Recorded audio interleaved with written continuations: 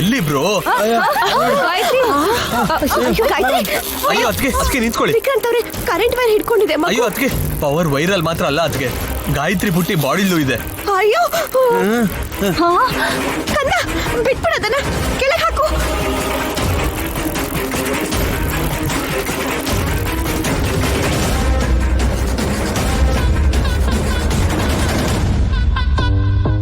Ramachandra, shock ಹೊಡೆದು ಬಿಟ್ರಿ ಹೆಂಗಪ್ಪ?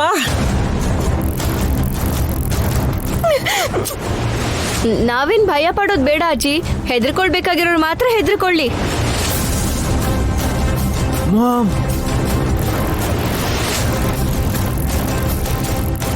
ಅಂದ್ರೆ ಮಗು ವೈರ್ ತಗೊಂಬಂದಿರೋದು ಆಟ ಆಡೋದಕ್ಕಲ್ಲ ಆಂಟಿ, ಅತ್ತೆ ಸೀರೆಗೆ ಚುಚ್ಚೋದಕ್ಕೆ.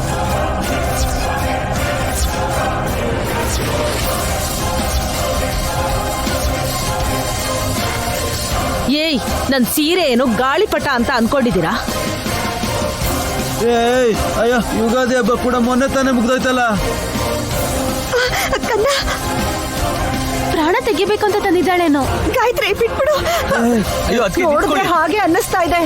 ವಿಶಾಲಾಕ್ಷಿ ಹೇಳಿದ ಹಾಗೆ ಮಾಡ್ತಿದ್ದಾಳಲ್ಲಮ್ಮ ನಿನ್ ಮಗಳು.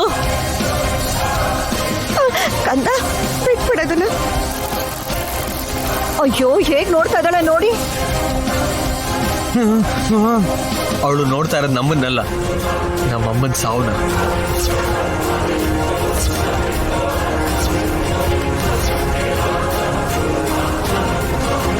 ಲೇ, ಪಕ್ಕದಲ್ಲಿ ನಿಂತ್ಕೊಂಡು ಮಾಮ್ ಕೊಲೆ ಮಾಡಿಸ್ತಾ ಇದೆಯಲ್ಲ ಲೇ ಪಾಪಿಷ್ಟ.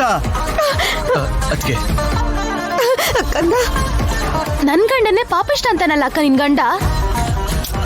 ನೀನು ಹೇಳು ಸುಮನ, ಅನಿಷ್ಟದವನೇ ದರಿದ್ರದವನೇ.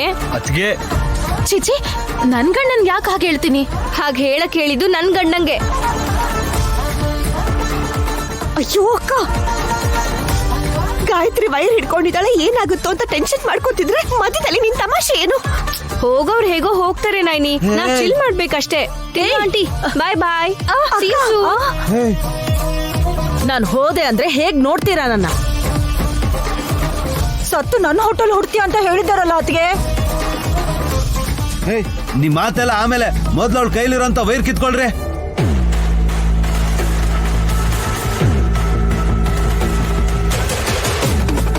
ಅದೇನು ಕೊಬ್ಬರಿ ಮಿಠಾಯ ಎಳ್ಕೊಳ್ಳೋದಿಕ್ಕೆ?